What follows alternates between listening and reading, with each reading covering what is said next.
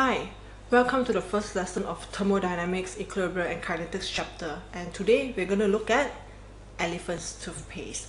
Elephant's toothpaste got its name from the chemical reaction that it produces a lot of foam and it oozes out from a tube. So it looks like a toothpaste being squeezed out from its own tube, and that much foam of toothpaste can only be utilized by an elephant. That's where the name elephant toothpaste came from. So the concept behind elephant's toothpaste is that this foamy substance was caused by a rapid decomposition of hydrogen peroxide by using a catalyst, and in this case potassium iodide. The foam is made as the dishwashing detergent traps tiny oxygen bubbles created by the chemical reaction.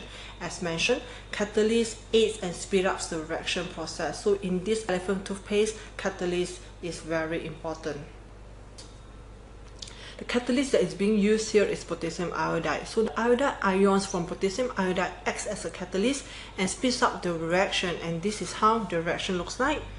You have hydrogen peroxide reacting with the catalyst, which is the iodide ions, to give you hypoiodide and water. Alright, so let me put in the states.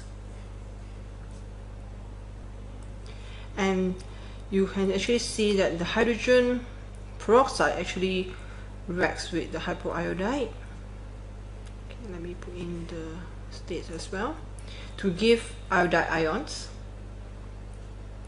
plus water and also the oxygen gas.